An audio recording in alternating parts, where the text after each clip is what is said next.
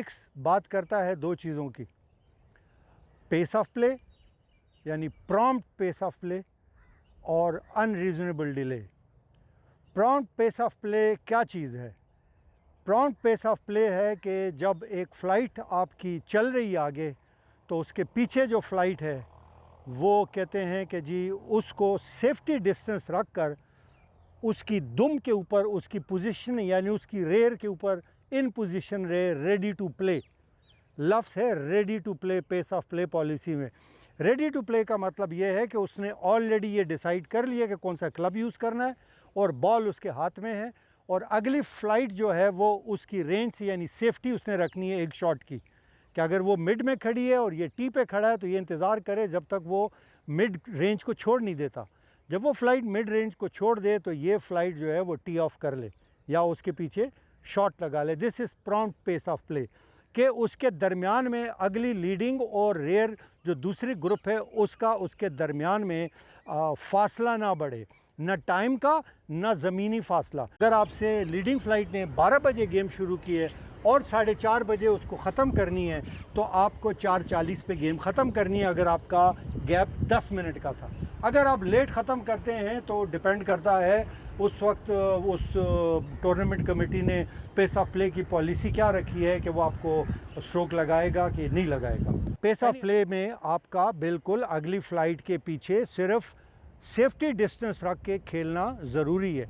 ये किसी सूरत पे भी नहीं हो सकता कि आप जाकर मिडवे हाउस में या ब्रेक पॉइंट में जाके बैठ जाएं, कॉफ़ी या चाय पिएं और आप कोर्स को छोड़ दें, क्योंकि इसकी इजाज़त नहीं है गेम के अंदर किसी सूरत में भी। हाँ, आप अगर इसको छोड़ते हैं तो आप अपनी प्रायोरिटी को लूज़ करते हैं।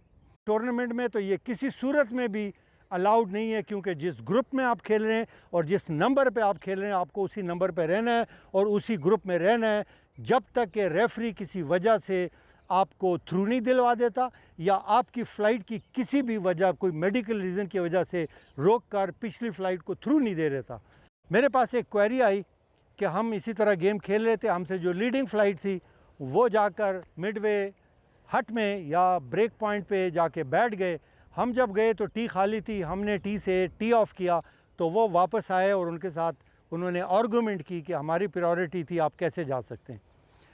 तो रूल के मुताबिक R&A pace of play chapter 4 para 4 वो कहता है कि अगर आप समझते हैं कि आप एक फ़्लाइट को होल्ड कर रहे हैं, चाहे उस फ़्लाइट में 2 बंदे हैं, 3 बंदे हैं, 4 बंदे हैं, इसका बंदों के साथ ताल्लुक़ नहीं है, इसका पेस ऑफ प्ले के साथ ताल्लुक़ है।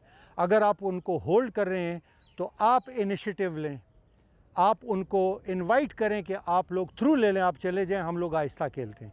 लिहाजा based on R&A pace of play policy, अगर एक फ़्लाइट टी को छोड़ती है और मिडवे हट में बैठती है तो वो अपनी प्रायोरिटी को लूज़ करती है।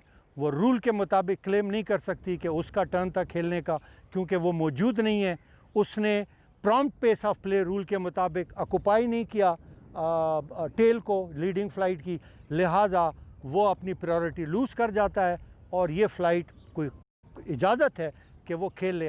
लेकिन ये याद रखें कि किसी भी टूर्नामेंट के अंदर आपका बैठना चेन से यानी ऑर्डर ऑफ प्ले से निकलना, ग्रुप से निकलना या ऑर्डर ऑफ प्ले से निकलना is unreasonable delay. First violation is 1 stroke, then 2 stroke and then disqualification.